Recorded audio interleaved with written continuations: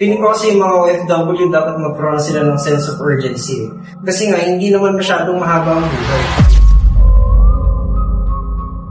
So, mahalaga na maging mabilis ka. You have to use speed as an advantage. Ngayon, paano ka bibilis? Diba sabi nga, if you wanna go fast, go alone. If you wanna go far, go together. So, siguro, para sa akin, for the meantime, control your money, control din pinapadala mo. Ngayon, mag-isip ka ng sarili mong paraan. Hindi din naman ang problema din palagi yung pamilya.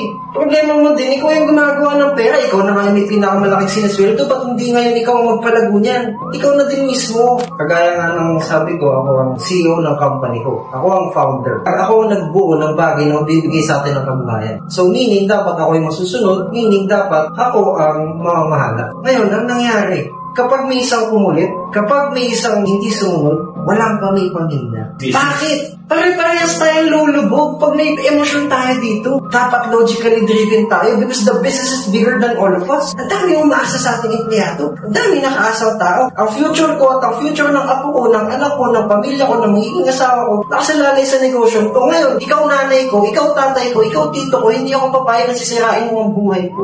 Dahil ginawa ko yun, hindi nasira ang buhay nila. Diba? Kasi meron akong void na pangalagaan kung ano ang na-build ko. Kaya ngayon, ang payo sa mga OFW, magkaroon sila ng void na pangalagaan yung na-build nila. Huwag nila basta-basta iwaldas. Huwag nila basta-basta ipamigay. Diba?